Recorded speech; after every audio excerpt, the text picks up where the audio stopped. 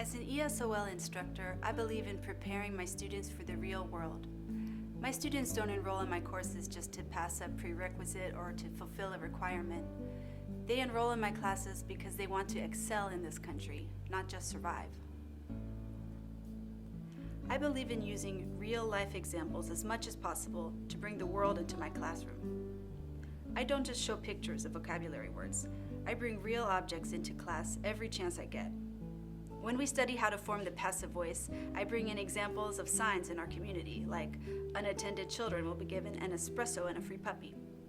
And we use these real examples as a basis for our discussion. I try to make learning relevant and interesting. I want my students to feel connected to their environment. In doing so, I hope to give them the motivation to explore their new world with courage, enthusiasm, and confidence.